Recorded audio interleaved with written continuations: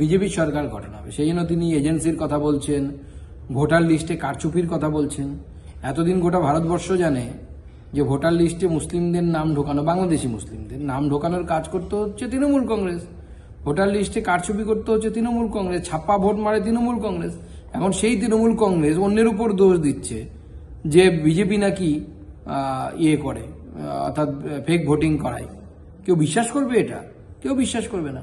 মমতা বন্দ্যোপাধ্যায় হারবেন, তাই হারার জন্য ভয় পেয়েছেন এবং তিনি বুঝতে পারছেন যে পশ্চিমবঙ্গের হিন্দুরা একত্রিত হচ্ছে, সেই জন্য এখন হিন্দুদেরকে ভাগ করার জন্য তিনি এই প্রচেষ্টা করছেন। পশ্চিমবঙ্গের হিন্দুদের সামনে বাংলাদেশের উদাহরণ আছে।